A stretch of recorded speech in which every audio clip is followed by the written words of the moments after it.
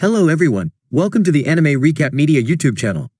Please like the video, subscribe to help our channel and enjoy this full video. A Japanese gamer who falls asleep while playing a game and then finds himself in the world of that game, equipped in expensive armored drip. Anyway, he wakes up in the game world, tests out his overpowered skills and even his lightning-fast sword, but gradually begins to understand that he may be stronger than he's supposed to be. The man gets a little hungry, then tries to use his teleportation spell to basically instant transmission his way somewhere else, but he can't because he first has to be somewhere else to be able to teleport there. Then, after taking a little peek in the river, our protagonist decides to keep his face hidden under the helmet because he knows just how much society discriminates against walking skeletons. He also starts referring to himself as Ark. Well, that was his name in the game, after all. With this, he goes to the nearest city, walks around, realizes that he better get himself some money because that bread ain't cheap, and also comes across an elf in a dark alley. He's intrigued and tries to follow her, but she just disappears. Though while he was trying to follow her, he ends up right in front of an adventurers guild and braces himself to get registered.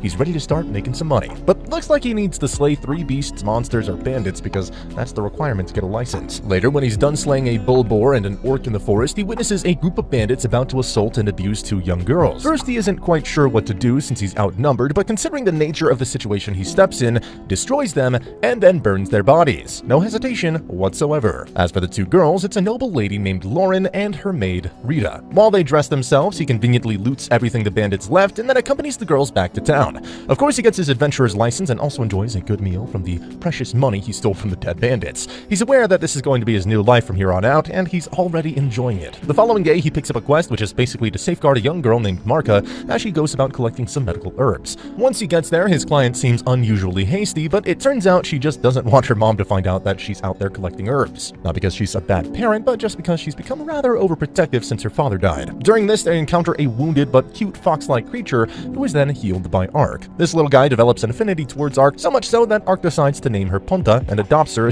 Meanwhile, Marka's mom realizes what her girl has been up to, how she's out of the village, albeit collecting herbs, and her anxiety starts to go through the roof because there have been major talks about a particularly fearsome monster who lurks about in the forest. But she need not be concerned because Ark is with her daughter. When Marka and Ark are about to get their hands on the medicinal herbs around a certain tree, it's revealed that the tree is the monster's domain. Speaking of the monster, it's a massive basilisk. He quickly kills the massive basilisk and leaves Marka speechless. He then asks her that this will be their little secret. Ark also notices a magic ring on the dead monster, but it fades away now that the monster is dead. The herb hunt continues, and soon enough they return to her village together with a giant boar, who then everyone feasts upon. Ark and Ponta bid farewell to everyone and return. Subsequently, a group of people manage to slay another basilisk. They're quite proud of themselves, but that confidence turns into self-doubt when they come across the corpse of the one Ark slayed. They're amazed how, unlike them, this one was just killed in a single strike. Absolutely phenomenal. Then, another day, another job. This time, Ark is having his way with some bandits in a cave, especially savoring all of their treasure. As this goes on, it's revealed that the rescue of the noble lady and her maid was a surprising twist of fate. She was going to be assassinated by those bandits for the sake of disrupting the kingdom. The man who ordered her assassination is a man named Triton, and his son, Udalon, runs an illegal slave market. Cutting back to our protagonist, when he finally comes out of the cave, he's attacked by a gorgeous elf and is also accused of abducting elf children. But when she notices Ponta is with him, she realizes that a man who walks around with a Pokemon can't be all that bad. Ponta is a forest spirit creature, and since these creatures are particularly picky with whoever they trust, she understands that she was wrong. However, after seeing her all stressed, Ark offers to help her find those kidnappers, but she declines the offer. Still, he decides to follow her around anyway. Soon enough, they discover the kidnappers who were abusing the elf children. It's that man's son and his men, the guys who run a slave market. The elf kills most of them herself, but is forced to stop when Udalon uses the kids as hostages to threaten her. This makes her turn weak, and things are about to go horribly wrong for a moment there, but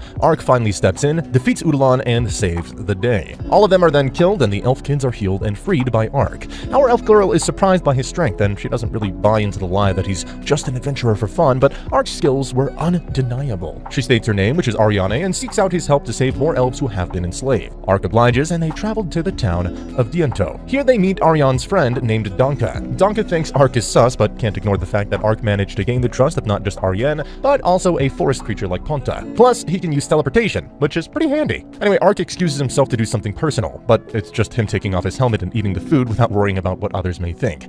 Ariane, on the other hand, gives Donka a short little recap of what happened, how she failed to save the kids, but thanks to Ark's help, they were saved. She also ends up comparing herself to her older sister. Later, they set out to go free some elves, unaware that someone is watching them. Once they reach the warehouse where the slave business was taking place, they're all pleasantly surprised to see how the perpetrators have already been killed. The one responsible is a beautiful ninja girl with cat ears. This excites every otaku bone in Ark's body, and just like Ariane and Donka, she decides to trust Ark as well because, well, Ponta. So she gives him a list of the people who have been buying these elves and also informs him about the other elves who are in the custody of Lord Triton himself.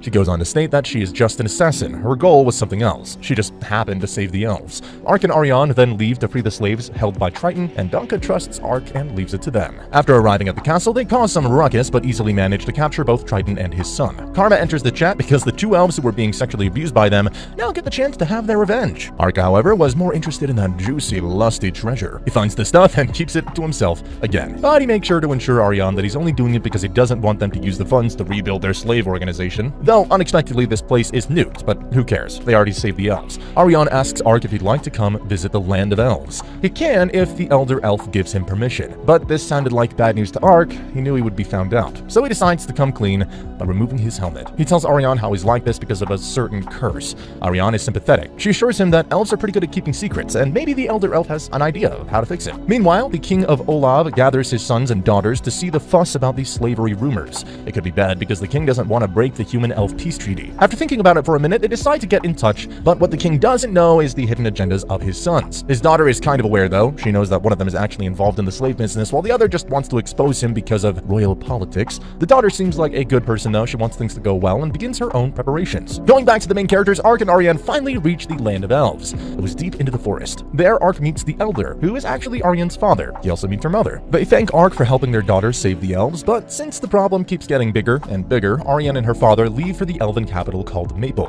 They want to talk about this matter with the elders as soon as possible, and while they're away, Ariane's mother keeps Ark busy by having a lot of sparring sessions with him. She wants to know if he's strong enough to keep her daughter safe, and looks like he isn't, because his mom keeps beating him every single time. This was eye-opening to Ark. He finally understands how his high stats mean nothing if he isn't skilled and experienced enough to properly use them against other skilled individuals. Ariane and her father talk to the elders about the situation and how humans are using elves as slaves, but they really don't want to risk a war with the humans, which is why the best course of action seems to be to continue saving them in secret. Ariane is then told that her sister is going to get married. This catches her off guard, but she knows that unlike her, she's never going to get married. Ironically, the next time we see Ariane is when she walks in on Ark taking a bath. He is skull and bones, while she herself is in all of her naked elf glory. Still, even though she was the one who walked in, she blasts Ark away because him being all bones caused her to panic. Well, it may have been awkward, but hey, at least they're getting closer. Moving on, her father officially appoints Ark as her helper. He also genuinely wants to help him cure his curse, which is why the elder tells him about a pool of magic that may heal him.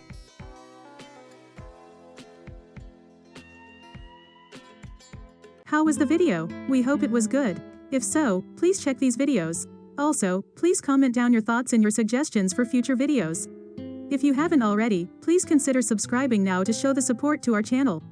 We hope to see you soon with another video right in this channel. Have a nice day.